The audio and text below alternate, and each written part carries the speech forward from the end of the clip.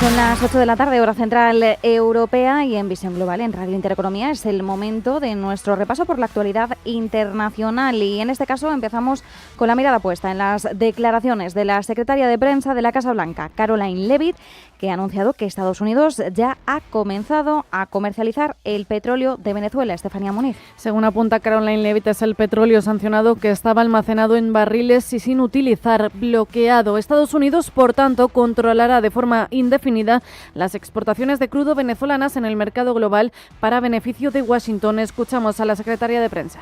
This was the sanctioned oil, and the interim authorities have agreed to release that oil to the United States, so it will be arriving very soon.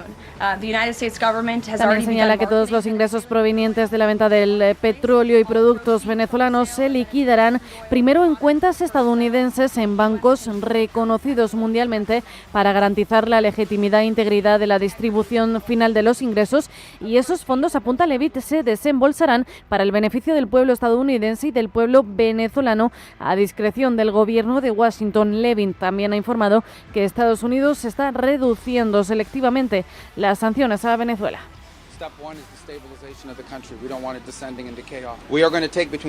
Para ello, el secretario de Estado, Marco Rubio, ha corroborado las palabras de anoche de Trump, explicando cómo harán ese proceso en cuanto al crudo. Dice: tomaremos entre 30 y 50 millones de barriles de petróleo, lo venderemos a precios de mercado, no con los descuentos que recibía Venezuela. Ese dinero se manejará de tal manera que controlaremos cómo se distribuye de forma que beneficie a Caracas, a la gente, no al régimen. Sin embargo, las fuentes también apuntan a que las ventas continuarán de forma indefinida y que esos 50 millones de barriles son solo el primer tramo. Además, Rubio también ha explicado el triple objetivo de la operación de Estados Unidos en Venezuela. Dice que el primer paso después de la operación es estabilizar al país. La segunda fase se va a centrar en esa recuperación del petróleo, mientras que la tercera será la de transición. Señala que será responsabilidad de los venezolanos transformar su país. Pese a que la presidenta interina de Venezuela, Delcy Rodríguez, ha advertido de que ningún factor externo controla el país, Estados Unidos insiste en que las decisiones se dictarán desde Washington. So we're continuing to be in close coordination with the interim authorities, La secretaria de prensa de la Casa Blanca, Karoline Leavitt, asegura que Estados Unidos tiene la máxima influencia sobre las autoridades provisionales, es decir, sobre Delcy Rodríguez. Sus decisiones, según Leavitt, seguirán siendo dictadas por los Estados Unidos de América. Pero esto escuchábamos horas antes de que Delcy Rodríguez apuntaba a que el gobierno provisional es la máxima autoridad del gobierno venezolano. Según Axios, las autoridades de Venezuela se están siendo presionadas por Trump para que expulsen a presuntos agentes de inteligencia de China, Rusia, Irán y Cuba. Y mientras tanto, Estados Unidos ha capturado hoy otros dos buques petroleros vinculados a Venezuela en el Atlántico Norte, uno de ellos con la bandera rusa. Ha sido la Guardia Costera de Estados Unidos que llevaba semanas buscándolos. En la operación ha colaborado el Reino Unido y, en palabras del ministro de Defensa británico, John Healey, el Marinera forma parte del eje ruso-iraní para evadir sanciones y alienta al terrorismo. El buque, denominado así Marinera, aunque antes era conocido como Bella 1, figura en la lista negra de sanciones de Estados Unidos desde el año 2024 por su presunta implicación en el tráfico de petróleo. La Guardia Costera ha estrechado su vigilancia en el mes de diciembre hasta el punto de que el buque modificó su nombre y su pabellón formal. Rusia ha argumentado que el petróleo recibió un permiso temporal para navegar bajo bandera rusa el 24 de diciembre. Perdió el contacto con el barco después de que fuera abordado por personal estadounidense alrededor de las 3 de la mañana de Moscú. Y la secretaria de prensa de la Casa Blanca, Karoline Leavitt, ha hablado también sobre esta incautación. Anuncia que la tripulación del petrolero con bandera rusa será llevada a Estados Unidos para ser procesada si es necesario. Sobre Groenlandia, el secretario de Estado de Estados Unidos, Marco Rubio, ha asegurado que Trump siempre ha tenido la intención de comprarla y que mantendrá una reunión la semana que viene con las autoridades danesas. Rubio ha defendido a Trump asegurando que la opción de comprar Groenlandia no es nueva, sino que lo ha mencionado en repetidas ocasiones desde su primer mandato. Además, advierte de que no es el primer presidente en considerarlo.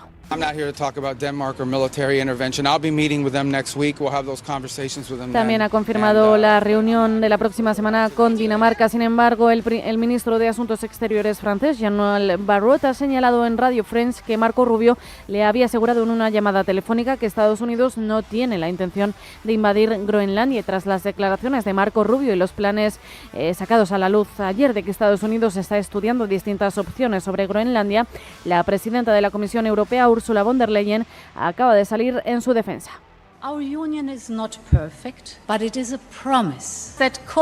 Reconoce Leyen que su unión no es perfecta, pero es una promesa, que la cooperación es más fuerte que la confrontación. Esa ley es más fuerte que la fuerza. Principios, dice Leyen, que se aplican no solo a nuestra Unión Europea, sino también a Groenlandia. Y mientras tanto, Estados Unidos ha capturado hoy otros 2 buques petroleros vinculados a Venezuela en el Atlántico Norte, como decíamos, uno de ellos con la bandera rusa. No tenemos más información al respecto sobre nada más por ahora. En cuanto a Ucrania, el presidente Zelensky espera reunirse con Trump próximamente, ya sea en Washington o en otro lugar. Y en paralelo, esta tarde se están reuniendo delegaciones ucranianas y estadounidenses. Entre los temas de discusión estarían las garantías de seguridad a largo plazo más allá del límite actual de 15 años, los temas más difíciles, el marco de la paz y los territorios en disputa desde el comienzo de la guerra, en el que se encuentra la central nuclear de Zaporilla, ocupada por Rusia. Sobre el acuerdo de paz, Zelensky ha asegurado que esta debe ser digna y que Ucrania depende de que sus socios para garantizar la verdadera disposición de Rusia a poner fin a la guerra. Una Rusia que, en palabras de Zelensky, está haciendo muecas en las negociaciones de paz. Por cierto, los equipos negociadores de Ucrania se están reuniendo hoy para discutir los temas más polémicos sobre ello. Lo último que conocemos es que Zelensky espera que no se impongan exigencias adicionales o excesivas. Y por su parte, la presidenta de la Comisión Europea, Ursula von der Leyen, ha declarado que la adhesión de Ucrania a la Unión Europea es una garantía de seguridad crucial por derecho propio. Vía X, Leyen ha informado sobre su reunión con el presidente Volodymyr Zelensky en Nicosia y reafirma que el acuerdo de ayer sobre garantías de seguridad para Ucrania es un paso clave en el camino hacia la paz. También Zelensky ha expresado su agradecimiento por el apoyo de los socios de Ucrania de desempeñar un papel importante en todos los esfuerzos de paz. Y mientras tanto, vía Truth Social, Donald Trump ha reivindicado el peso que tiene Estados Unidos sobre la OTAN. Afirma que siempre Estados Unidos estará dispuesto a ayudar a la alianza. Incluso si la organización no está ahí para Estados Unidos, Washington siempre estará ahí para la alianza. En un artículo publicado en Truth Social, Trump insiste en que China y Rusia no le temen a la OTAN sin la participación de Estados Unidos y añade que sin su participación Moscú tendría toda Ucrania. Ahora mismo el jefe de Estado estadounidense ha informado a su audiencia que la mayoría de los países de la alianza gastaban solo el 2% de su PIB en defensa hasta su llegada y ha logrado que la alianza aumentara su compromiso al 5%. Pasamos a Oriente Medio. Irán advierte a Estados Unidos e Israel de que no se involucren en las protestas antigubernamentales del país. El comandante jefe del ejército iraní, Amir Hatami, ha argumentado que las protestas son un problema normal y natural en cualquier país. No obstante, señala que los intentos de convertir estas protestas en disturbios han sido planificados por el enemigo. Sobre la preparación militar iraní, Hatami ha asegurado que la planificación es mucho mayor ahora que cuando Estados Unidos e Israel atacaron sus instalaciones nucleares el pasado año. Por cierto, que las fuerzas de defensa de Israel han anunciado la eliminación de un terrorista clave de Hamas que impulsaba complots terroristas en la zona del norte de Gaza. Eso, en una publicación que vemos en X, las fuerzas han revelado que los soldados de Hamas dispararon contra las tropas de las fuerzas de defensa de Israel y tras esto el ejército israelí realizó un contraataque de acuerdo con el Shin Bet. Estos disparos, dicen las fuerzas, constituyen una flagrante violación del acuerdo de alto el fuego.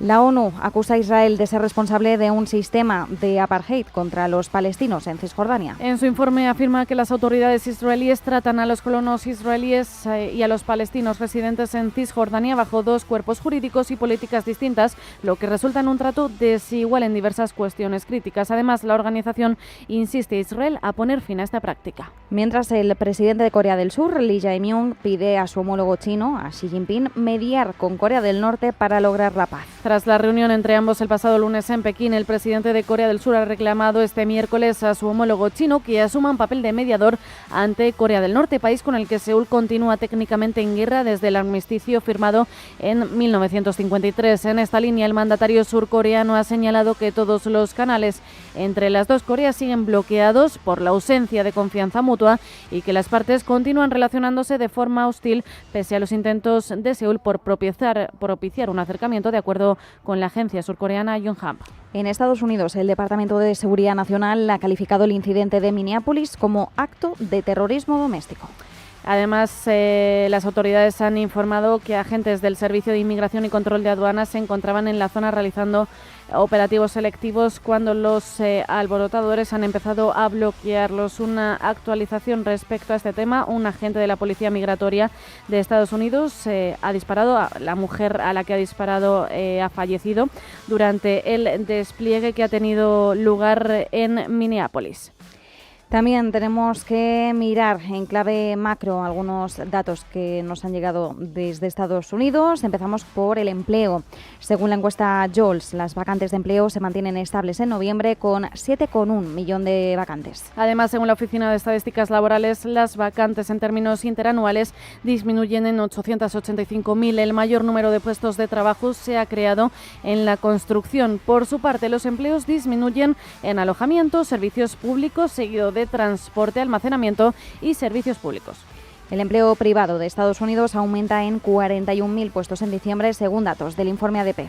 La cifra representa una mejora en comparación con la pérdida de 32.000 puestos del mes de noviembre, pero aún se queda por debajo de lo previsto por los analistas, quienes anticipaban la creación de 47.000 puestos. Los servicios de educación y salud son los que más crecen, seguidos del ocio y de la hostelería. Por su parte, los servicios profesionales y empresariales descienden junto con los servicios de información.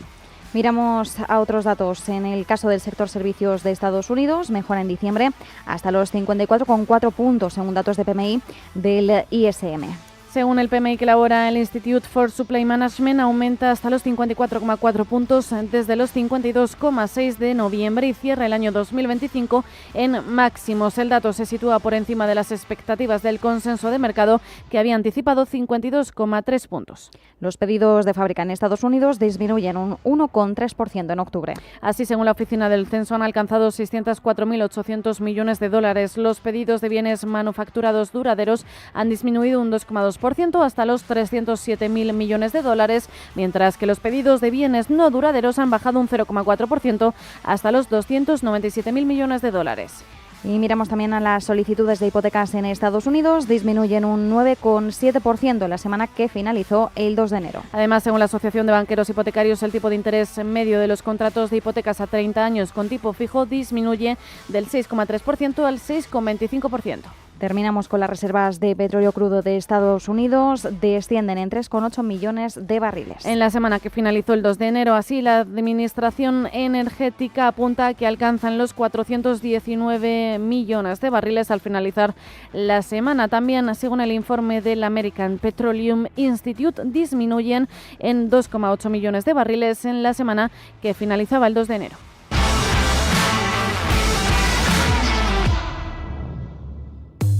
Ya han llegado